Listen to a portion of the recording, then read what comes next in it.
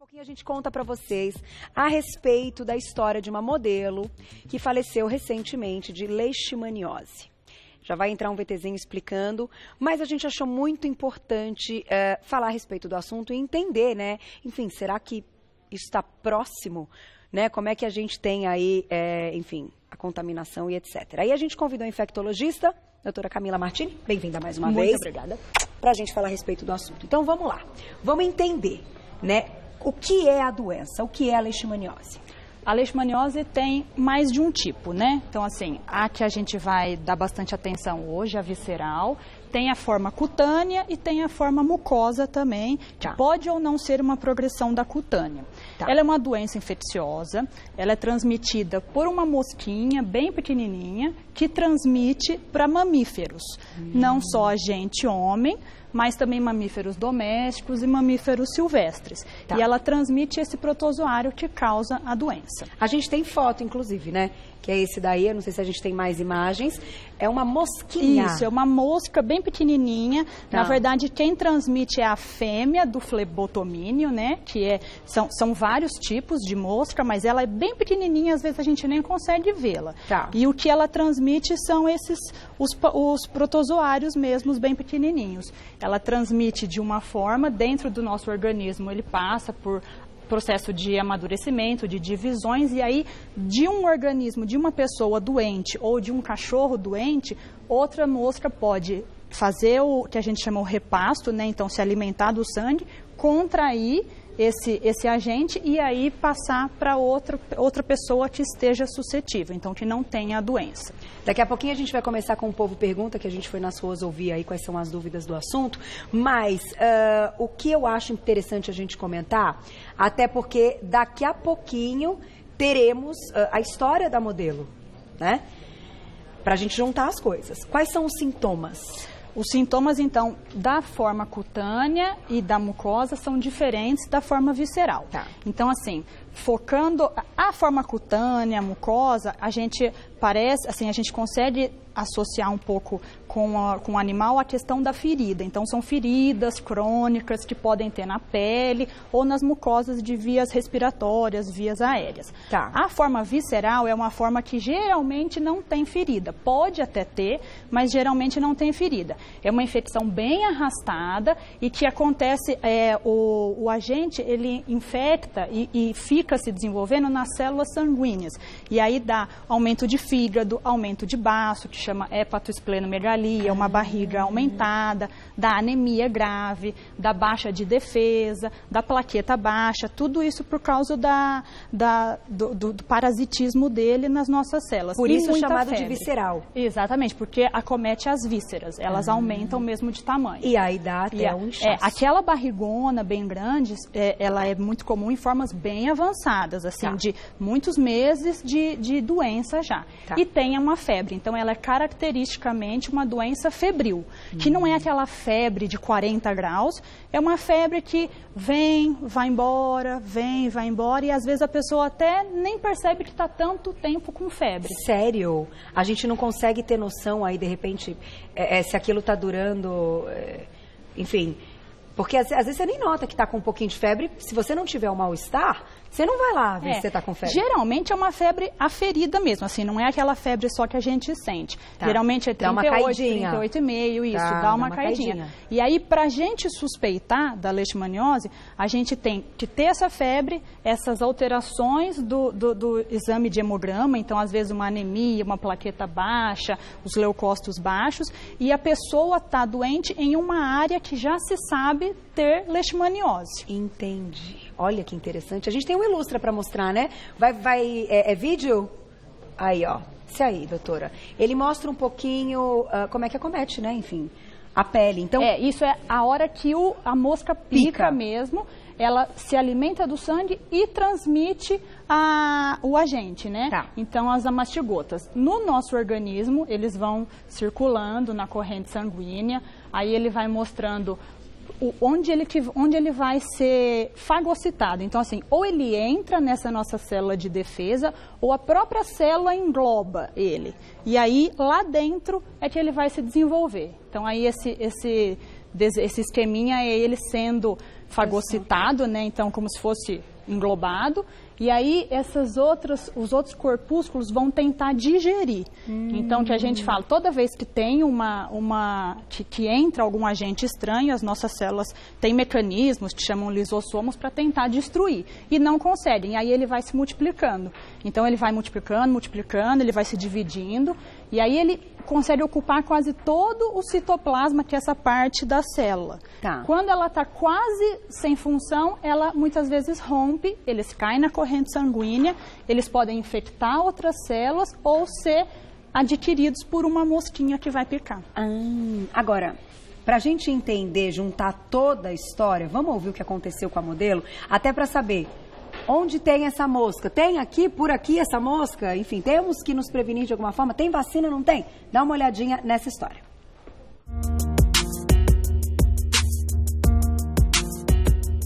A leishmaniose é uma doença infecciosa causada por parasitas que se multiplicam no interior das células que fazem parte do sistema defensivo. A doença não é contagiosa nem se transmite diretamente de uma pessoa para outra. A transmissão do parasita ocorre apenas da picada do mosquito palha. Recentemente, a modelo Camila Trevilato, que disputou o título de Miss Ribeirão Preto 2014, morreu após ficar internada 15 dias na unidade campus do Hospital das Clínicas. A principal suspeita é que a jovem tenha morrido de leishmaniose. Estima-se que todos os anos, cerca de 2 milhões de pessoas sofrem com essa doença. O diagnóstico de leishmaniose é realizado por meio de exames e, assim como o tratamento com medicamentos, deve ser cuidadosamente acompanhado por profissionais de saúde. Tá aí, eu tenho mais algumas informações a respeito da história da modelo Camila Trevilato, e ela disputou, gente, o título de Miss Ribeirão Preto em 2014. Olha que interessante. Muito bonita a moça, né? E aí, assim, o que disseram? Que ela estava com dificuldade para engolir, porque ela tinha muita dor, mas que ela estava bem. Só que na quinta-feira, dia 15, ela foi para a UTI. O que, enfim, está noticiado é que a morte dela não foi confirmada. Mas, pelo que eles estão apurando, suspeitando, tem aí a causa da leishmaniose. Ela morou na Índia um tempo, né, pela carreira de modelo. E ela tinha voltado para o Brasil pela segunda vez. Então, a minha pergunta vai aí ao encontro dessa informação. A gente tem que estar atento como é que é essa mosca, como você colocou, aqui no Brasil, como é que, né, esse momento que a gente está vivendo é um momento, assim como no verão a gente tem que tomar muito cuidado com o mosquito, enfim, que transmite dengue e outros problemas, a gente também tem que estar ligado na leishmaniose? Então, esse inseto que transmite a leishmaniose, ele tem uma distribuição muito alastrada, assim, muito, tem quase todo o Brasil, ele existe no Brasil. Ele não existe em alguns estados da parte do norte, no sul ele chegou agora, mas ele existe, a distribuição dele é nacional. Tá. Só que nem todo é fator de risco para ele se desenvolver. Então, não é que nem o Aedes aegypti, não precisa de um reservatório de água. Ele está muito associado com matéria orgânica, lixo acumulado, ambiente escuro. Então, assim, teoricamente, qualquer situação que tenha isso, ele pode se desenvolver. Umas cidades têm mais prevalência do que outras. E isso em sites aí até, vocês, enfim, da Sociedade Brasileira de Infectologia, vocês conseguem até em mapas demonstrar muito isso, assim como a dengue. Então, depois no final a gente passa um site até para a gente ter uma ideia. A gente acabou de ouvir a história da modelo, que ainda não tem a morte confirmada, mas o que tudo indica é que tenha tido uma leishmaniose. E a gente começa com perguntinhas do público nas ruas. Vamos ver o que o pessoal quer saber. Quero a sua também no Instagram, @VocêBonitaTV. Olha lá. Há algum tipo de vacina para a doença?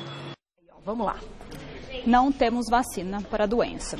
Então, ela, assim, já tivemos várias em teste, tem algumas em teste, mas até o momento a gente não tem vacina. Ela é uma doença mesmo prevenível. Então, a gente tem que prevenir com outras formas, de outras formas, mas não por vacina. A gente vai falar daqui a pouquinho do tratamento, mas antes é interessante a gente retomar que você contou no início que a contaminação também pode ser em animais. Ingerir, de repente, se alimentar de um animal que tenha sido contaminado, coisa do tipo, pode? Não. Não. Não dessa forma. Não, isso não. Porque, na verdade, o animal doente não transmite.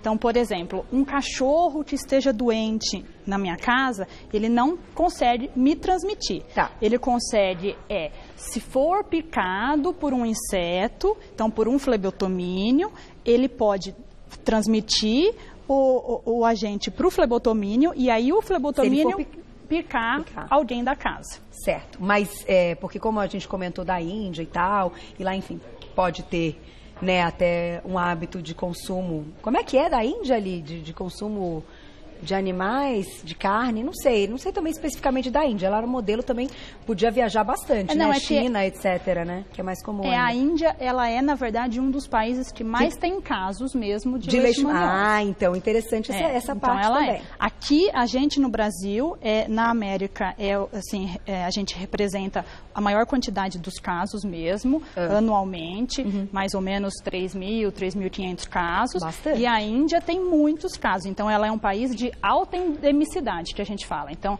tem preocupação com leishmaniose na Índia. Passar repelente pode dar uma segurança? Pode ajudar. Repelente está indicado. Na verdade, assim, especificamente algum tipo, não, a princípio a gente não precisa refletir sobre isso.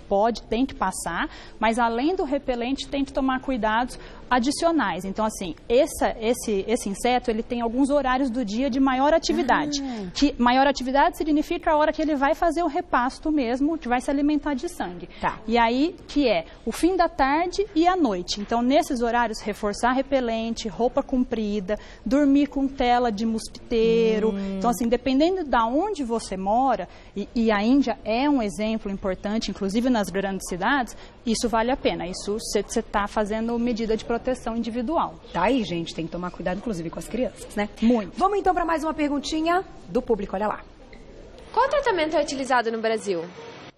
Vamos lá. O tratamento utilizado no Brasil ainda, assim, é o tratamento que é utilizado em vários países e ele é um tratamento principalmente por via venosa, então é endovenoso. O problema é que ele é muito tóxico, então assim, tem mais de um tipo de tratamento. O tratamento que sempre foi usado chama antimonial pentavalente, é uma droga bem tóxica que é contraindicada em idosos, pessoas que têm problema cardíaco, então muito tóxica. E aí, hoje em dia, a gente usa a anfotericina B lipossomal para muitas situações. Então, ela é uma droga também, injetável, então tem que ficar internado para fazer o tratamento.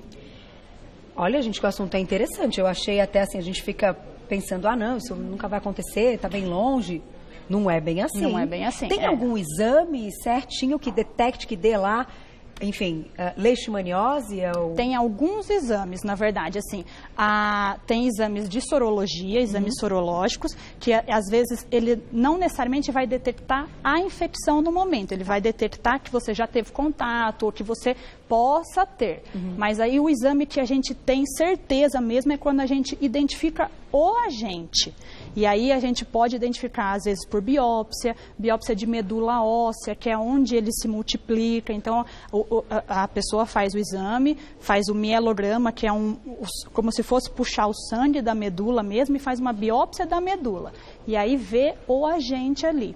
Tá. E esse que é o de escolha, assim, 100%. Se a gente encontra isso, não tem dúvida do diagnóstico. Mas um próprio hemograma já pode dar uma diferença grande de leucócitos. Pelo hemograma a gente pode suspeitar, porque aí no hemograma caem todas as dosagens. Então, assim, cai a de hemoglobina, que dá anemia, cai os leucócitos, que dá leucopenia, caem as plaquetas, que dá plaquetopenia. E a gente chama isso pancitopenia. Então, cai tudo, muito. E aí você junta os sintomas clínicos, a suspeita, esse exame e a área de onde a pessoa está, que a gente chama critério epidemiológico, aí você pode suspeitar, sim. Tá aí. Mais uma perguntinha, olha lá. Boa tarde, eu queria saber se a leishmaniose tem cura? A leishmaniose tem cura, tem tratamento. Na verdade, o problema é que ele muitas vezes é demorado e a gente demora para fazer o diagnóstico. Então, essa que é a dificuldade da leishmaniose. Nem todo mundo suspeita, ela não é tão comum em algumas áreas, então muitas vezes a gente faz o diagnóstico tardio e aí por isso que acaba essa sensação de não ter cura. Mas ela tem cura, tem tratamento e tem cura.